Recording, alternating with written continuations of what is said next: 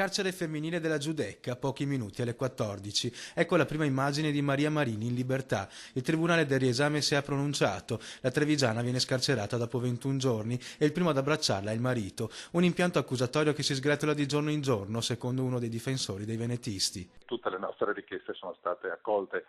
Ormai direi che l'impianto accusatorio si va sgretolando giorno dopo giorno e questo dimostra una volta di più come è il posto giusto per tutte queste persone sia a casa e non certamente in carcere. Un 25 aprile che si infiamma di ora in ora e mentre si rincorre il tantan che invita i veneti in piazza San Marco, cuore della Serenissima, a Venezia ci saranno i venetisti scarcerati Franco Rocchetta e Lucio Chiavegato, una presenza non gradita ai partigiani per cui il 25 aprile ha un unico e chiaro significato, è la festa della liberazione. Il 25 aprile è la festa della liberazione, se poi San Marco cade anche il 25 aprile non lo so. Io San Marco non l'ho visto in montagna e penso che San Marco non si sia battuto per la libertà del paese. Oggi noi, dopodomani anzi non domani, festeggeremo la liberazione dell'Italia. Rispondono gli indipendentisti e in particolare i rappresentanti dell'autoproclamato governo veneto. Semmai siamo noi che attacchiamo loro, partigiani e istituzioni pubbliche, di ignorare questo grande evento e di oscurarlo con qualcosa che